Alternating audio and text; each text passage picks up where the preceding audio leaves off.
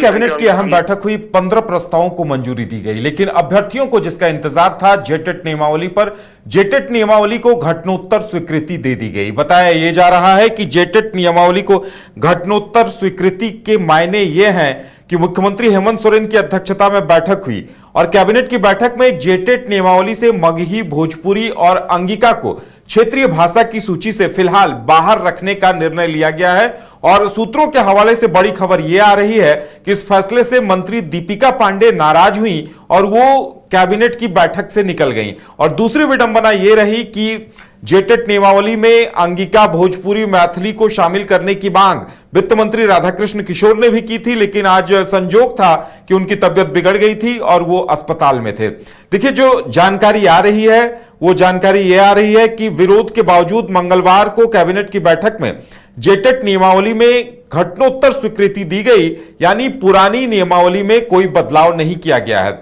बाद में मंत्री चमरालिंडा ने भी यह स्वीकार किया कि कैबिनेट बैठक में मंत्री दीपिका पांडे सिंह की तरफ से अपनी बात रखी गई और इसके बाद मुख्यमंत्री हेमंत सोरेन ने अन्य भाषाओं को भी क्षेत्रीय सूची में शामिल करने को लेकर एक समिति गठित करने की बात कही है। और उन्होंने सीएम ने कहा है कि एक समिति गठित की जाएगी, इस समिति के आधार पर ही क्षेत्रीय भाषाओं की सूची को लेकर अंतिम निर्णय लिया जाएगा। लेकिन बड़ी खबर जो आ रही है वो ये है कि मंत्री दीपिका पांडे सिंह नाराज हुई हैं और बीच बैठक से, कैबिनेट की बैठक से बाहर निकल गई। लेकिन जब इस बारे में मंत्री चमरालिंडा से पूछा गया तो उन्होंने इस सवाल को टाल दिया और उन्होंने यह जरूर कहा है कि सीएम की तरफ से आश्वासन दिया गया है कि एक समिति बनाई जा रही है और वो समिति क्षेत्रीय भाषाओं को, सिर्फ भोजपुरी, अंगिका, मैथिली नहीं और भी भाषाओं को शामिल करने को लेकर समिति सिफारिश करेगी, उसके आधार पर निर्णय लिया जाएगा। तो देखिए, कुल मिलाकर यह कहा जा सकता है कि जेटेट नियमावली को लेकर जो एक कंफ्यूजन की स्थिति कायम थी, उसे घटनोत्तर स्वीकृति देकर,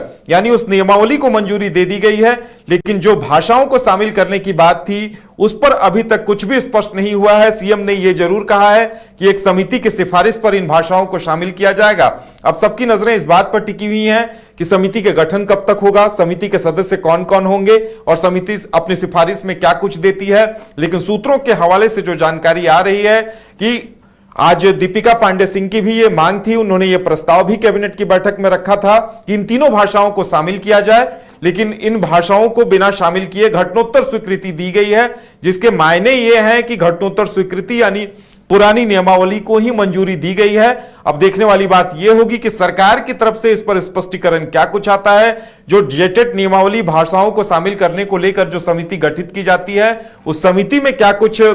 मेंबर्स होते हैं, वो समिति कब तक अपना निर्णय देती है, इन तमाम चीजों को स्पष्ट होने में वक्त लगेगा। यानी कुल मिलाकर कहा जा सकता है कि अभ्यर्थियों को बेसब्री से कैबिनेट की इस बैठक का इंतजार था कि कोई ठोस निर्णय होगा, लेकिन ऐसा फिलहाल होता हुआ नहीं दिखाई दे रहा है। और पलामू, गढ़वा या